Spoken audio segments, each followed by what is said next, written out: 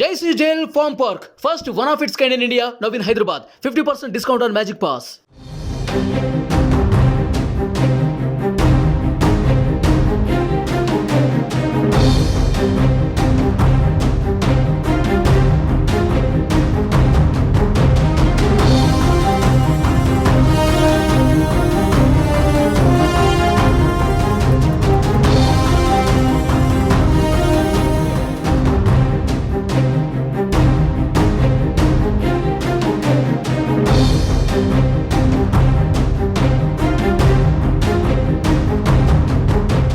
Cantonment MLA Lasya Nanditha మరణంతో ఉప ఎన్నిక అనివార్యమైంది. త్వరలో జరగనున్న ఉప ఎన్నికలో బీఆర్ఎస్ నుంచి టికెట్ ఎవరికి ఇస్తారోనని చర్చ జరుగుతోంది.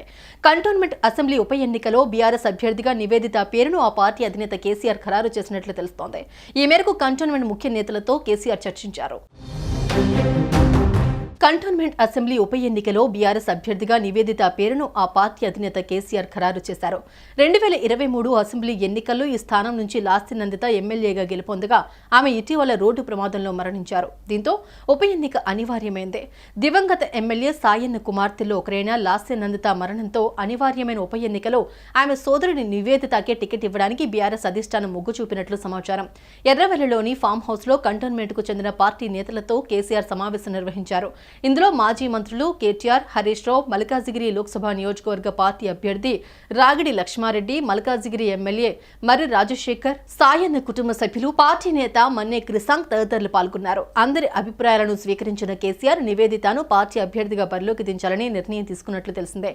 ఆమె అభ్యర్థిత్వాన్ని ఉగాది పండుగ తర్వాత కేసీఆర్ ప్రకటిస్తారని తెలుస్తోంది. ఇక ఉద్యమకారుడు, పార్టీ సీనియర్ నేత గజ్జల నగేష్, క్రిషాంక్ పేర్లు వినిపించినప్పటికీ చివరకు నివేదిత వైపే కేసీఆర్ మొగ్గు చూపారని పార్టీ వర్గాలు తెలిపాయి. మరోవైపు ఇటీవల పార్టీలో చేరిన శ్రీ గణేష్ ను అభ్యర్థిగా ఫైనల్ చేసింది కాంగ్రెస్. మొన్నటి అసెంబ్లీ ఎన్నికల్లో బీజేపీ తరపున పోటీ చేసిన శ్రీ గణేష్ 41,000 ఓట్లు సాధించారు. ఇక బీజేపీ బలమైన అభ్యర్థి కోసం వెతుకులాట మొదలుపెట్టింది. మొత్తంగా కంటోన్మెంట్ అభ్యర్థిగా బీఆర్ఎస్ అధినేత కేసీఆర్ నివేదిత అభ్యర్థిత్వాన్ని ఫైనల్ చేసినట్లు సమాచారం. అయితే 2-3 రోజుల్లో దీనిపై అధికారికంగా ప్రకటన చేస్తారని తెలుస్తోంది.